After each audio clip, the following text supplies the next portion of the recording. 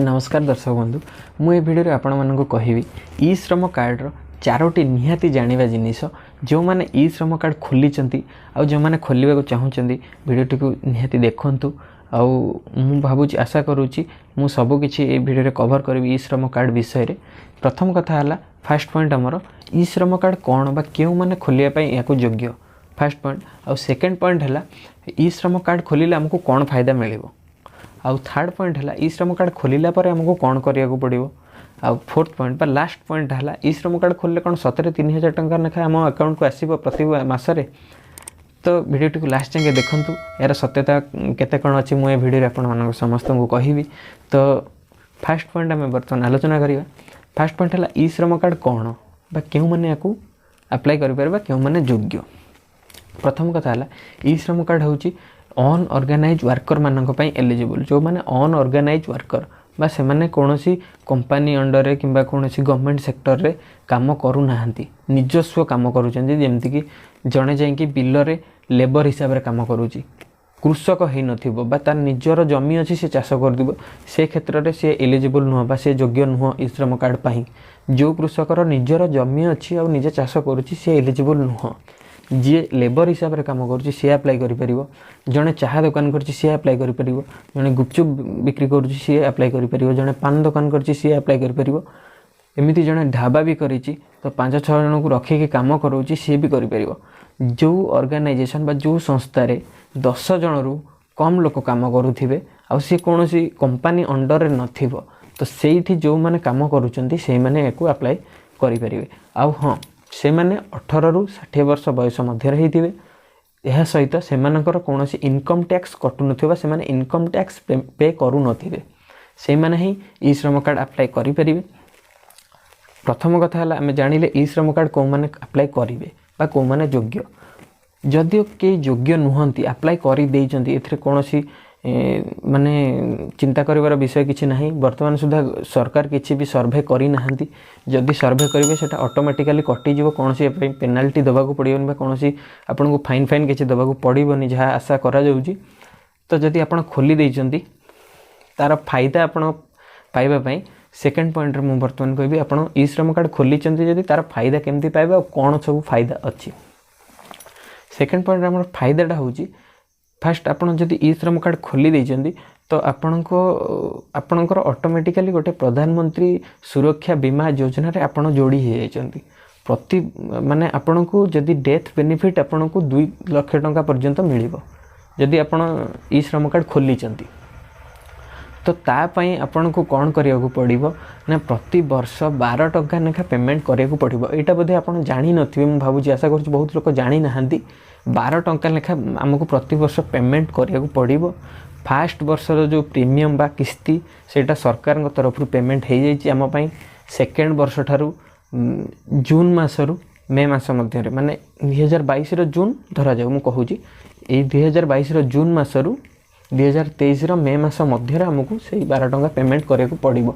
Payment कले ही आमर से जो बीमाटा अच्छी से एक्टिव रहबो आम नारे जहा फल आम क्लेम करि परिबा कोनोसी क्षेत्र रे जदि आमर डेथ हो जाउची तो आमर से जो 2 लाख टंकार जो बेनिफिटा आमर जे आम जहाँ को नोमिनी रखिथिबा से ताकू क्लेम करके आनी परिबो। सेटा केमिति क्लेम करा जीवो ना जाइकी ई श्रम कार्ड पोर्टल रे जाइकी गोटे क्लेम करिकी बैंक संगे कांटेक्ट कले सेटा हे जीवो बेसी लंबा प्रोसेस भी नहीं।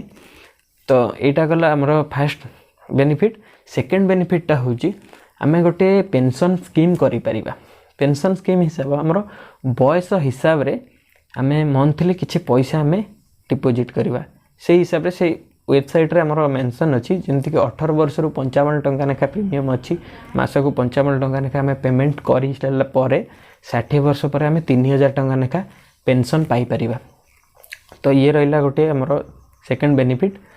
आ गोटे थर्ड बेनिफिट होउची जेंति कि गवर्नमेंट सेथरे डिक्लेयर करछि ए होउची हमर गोटे रेकॉर्ड जेंति कि डाटाबेस क्रिएट करा होउची अनऑर्गेनाइज वर्कर मानकर ऑल इंडिया रे जेते भी वर्कर अछंती समस्तंकर गोटे डाटाबेस क्रिएट करूची गवर्नमेंट पर रेकॉर्ड रखुची जदि भी कोनोसी जेमते हमर कोरोना टाइम रे जेमते लॉकडाउन हैला बा केही कुआडे जाई पारलेनी काम कर पारलेनी पैसा इनकम नथिला तो हैरान होउतले तो यही अनऑर्गेनाइज वर्कर मैंने जितेबाला हैरान होते ये सिचुएसन में सरकार तांको किसी सहयोग कर ई श्रम कार्ड थ्रू रे ई श्रम कार्ड थ्रू रे से पाखे किसी पैसा पहुँची पार बैंक अकाउंट डायरेक्टली।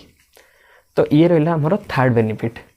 तो ये रहा आमर ई श्रम कार्ड बेनिफिट।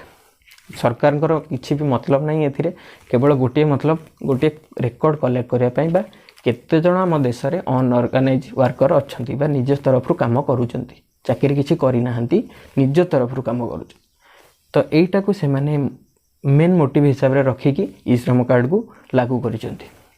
ये रहा आमर ई श्रम कार्ड बेनिफिट बा फायदा विषय एबे आमे जानिबा ई श्रम कार्ड थर्ड पॉइंटटा है या जे जदि आपण ई श्रम कार्ड खोली तापर आपन को प्रति वर्ष कौन करिया को पड़िबो ई श्रम कार्ड पाई। तो जदि आपण ई श्रम कार्ड खोली तो आपन को प्रति वर्ष ताकू अपडेट करिया को पड़िबो। जेमति कि हमर लेबर कार्ड रे ताकू आमे कोन करूथले ना रिन्यू करूथले पैसा खर्च करिकि एठी सेमति किछि आपन को पैसा लागिबोनी आपन को पूरा फ्री ऑफ कॉस्ट रे आपन ताकू जाईकी तार कोनोसी भी जनसेवा केंद्र रे जाईकी आपन ताकू अपडेट करि परबे। निज मोबाइल नंबर जदि बदली जाईची ताले मोबाइल नंबर चेंज होईची मोबाइल नंबर चेंज करि परिबे। तापरे निज एड्रेस जदि बदलची एड्रेस बदलै परिबे। ए सब किछि करि परिबे। आ फोटो आपनकर सेठी चेंज हेई परिबोनी। आपनको आधार कार्ड रे जो फोटो थिबो सेही फोटो सेठी देखैबो। जदि आधार कार्ड रे आपन फोटो चेंज करिवे सेठी भी फोटो चेंज हेई जिवो। ये रहला हमर प्रति वर्षर काम निहाती एटलिस्ट थरे आपन अपडेट करिवे। अपडेट न कले आपन से जो कार्डटा डीएक्टिवेट हेबार चांस अच्छी एटा से वेबसाइट रे मेंशन अच्छी। हमर लास्ट पॉइंट ई श्रम कार्ड रे कोन 3000 टंका लेखा मिलुची मासको। एक्चुअली मु जो सेकंड पॉइंट रे कहि नथिली जो सेकंड फायदाटा कि आमे 18 वर्ष रु जदी स्टार्ट करिबा गोटे पेंशन स्कीम अच्छी 55 टंका लेखा प्रति मास रे देकी 60 वर्ष जाके दे चलिबा। प्रति मास रे 55 टंका लेखा जदी 18 वर्ष रु स्टार्ट करचे आमे जते बयस बढ़िबो धरा जाऊ मु 25 वर्ष रु स्टार्ट करी तो 25 वर्ष रु प्रीमियम गोटे अलग थी जमी 18 वर्ष 55 टंका लेखा लगुच 25 वर्ष सेमती अधिक किसी थी से देखिले वेबसाइट रू मुझे कहीदेवी। तो 18 वर्ष जदि आप पेंशन स्कीम स्टार्ट कर 55 टंका लेखा प्रति मास बैंक अकाउंट रू देकी 60 वर्ष पर आपको गोटे पेंशन मिल पार 3000 टंका पर्यंत। ये आप सीधा सड़क आपण सामने से चार्ट मुझे देखा आप देखूँ 18 वर्ष एंट्री एजटा 18 वर्ष सुपर एनुएशन एज हूँ 60 वर्ष माने आपणकर से जो पैसाटा मिलवा स्टार्ट हो 60 वर्ष रु member monthly contribution central government monthly contribution माने मेंबर केते टंका देबे आउ जेतिक टंका मेंबर देबे सेति टंका सेंट्रल गवर्नमेंट दबो मासिक।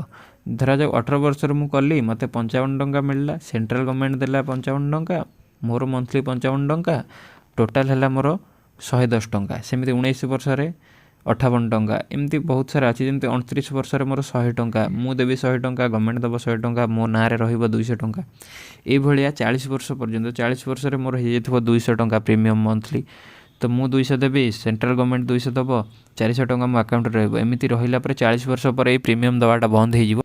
तो तापर जितेबाला आपन को ठीक 60 वर्ष हो 60 वर्षर प्रथम मासरू आपन को 3000 टंका लेखाएं पेंशन मिलवा स्टार्ट हो आपन बैंक अकाउंट को सीधा सड़क आसीज। तो मुझे आशा करुँची भिडियो में आपन को ई श्रम कार्ड विषय सबकि डिटेल्स आपन को शेयर करिछि।